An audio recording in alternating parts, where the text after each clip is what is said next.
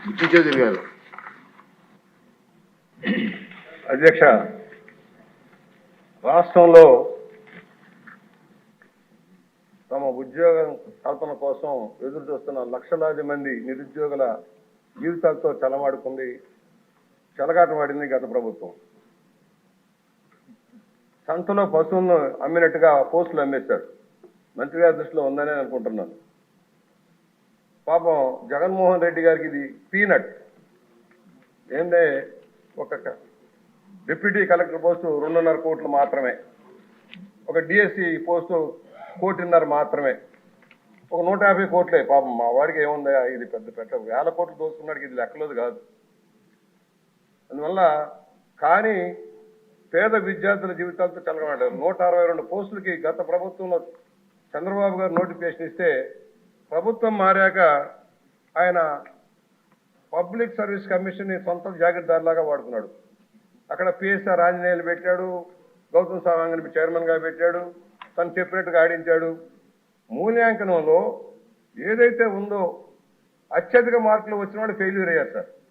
వాళ్ళకు ఉద్యోగాలు రాలే. ఇంటర్వ్యూలో మాత్రం టాప్ ర్యాంకింగ్ ఇచ్చారు. దానివల్ల బీసీ ఎస్సీలకు చాలా నష్టం జరిగింది. బీసీ ఎస్సీ ఎస్టీలకు చాలా నష్టం జరిగింది. మేము అడుగుతా ఉన్నాం, హైకోర్టు చెప్పింది మూల్యాంకనం చేసి కొత్తగా మీరు నిర్ణయం చేయమన్నారు. హాయ్లాండ్లో కూర్చొని నిర్ణయాలు చేశారు. దాన్ని ప్రకటించకుండా హైకోర్టుకు తప్పుడు సమాచారం ఇచ్చారు. దాని ద్వారా మరలా మూల్యాంకనం ఎస్ఆర్ కాలేజీలో కూర్చొని మళ్ళా మూల్యాంకనం చేశారు 2 సార్లు. దాని ద్వారా తనకు ఎవరైతే డబ్బులు ఇచ్చారో తమ ప్రాబల్యం కలిగిన వాళ్ళకి, తమ అనుమాయులకి పదవులు కట్టబెట్టడం కోసం భారీ కార్యక్రమం చేశారు. దీనివల్ల గందరగోళం వచ్చింది. 162 మందికి పోస్టులు ఇచ్చేశారు. తాంబూలాలు ఇచ్చాం, తన్నుకు చావండి అన్నట్టుగా అయింది కార్యక్రమం.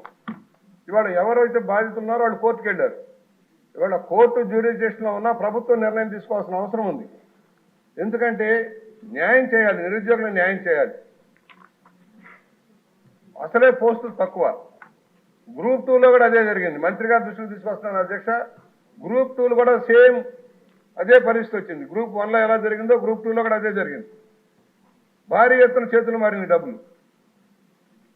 ఎవరైతే సర్వీస్ కమిషన్లో తమ మనుషులను పెట్టి దోపిడీ చేస్తారో వాళ్ళ మీద చర్యలు తీసుకోవాలి. సెక్రటరీ కావచ్చు, చైర్మన్ కావచ్చు. కోర్టును కూడా తప్పుదారి పట్టించి తప్పుడు అఫిడవిట్లు సబ్మిట్ చేసినందుకు వాళ్ళ మీద చర్యలు తీసుకోమని డిమాండ్ చేస్తా ఉన్నాను. 6 నెలల్లో కంప్లీట్ చేయమంటే ఎందుకు కాలేదు? స్పెసిఫిక్ డేట్ నిర్దేశించింది కోర్టు. 21 డిసెంబర్ 31 లోపల ఫలితాలు ప్రకటించమంటే ఎందుకు ప్రకటించలేదు? ఇవన్నీ తప్పుడే కదా. అందువల్ల నిరుద్యోగ యువతతోటి ఆటలాడుకున్న ఎవరైతే ఉన్నారో అధికారులందరి మీద చర్యలు తీసుకోవాలి. అసలు పబ్లిక్ సర్వీస్ కమిషనే ప్రక్షాళన చేయాల్సిన అవసరం ఉంది.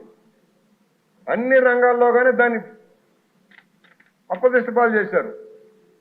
యూపీబీఎస్లో ఎప్పటికప్పుడు మార్కులు కూడా ప్రకటిస్తారు అధ్యక్ష. ర్యాంకింగ్ మార్కులు ప్రకటిస్తారు. వీళ్ళు చేయలేలా.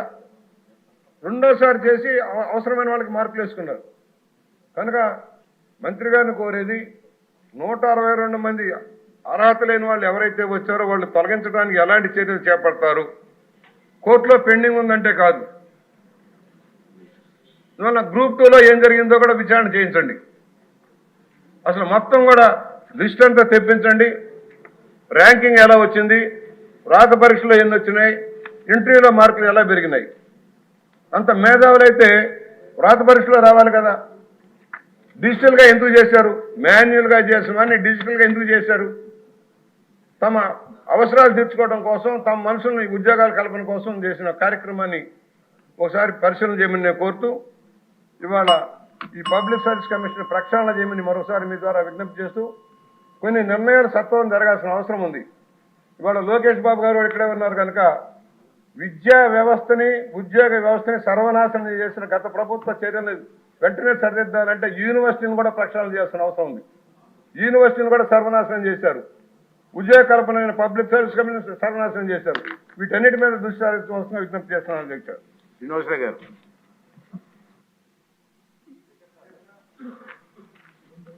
గత 5 సంవత్సరాల పరిపాలనలో కొంతమంది జిల్లా స్థాయి అధికారులు అప్పటి ప్రభుత్వంలో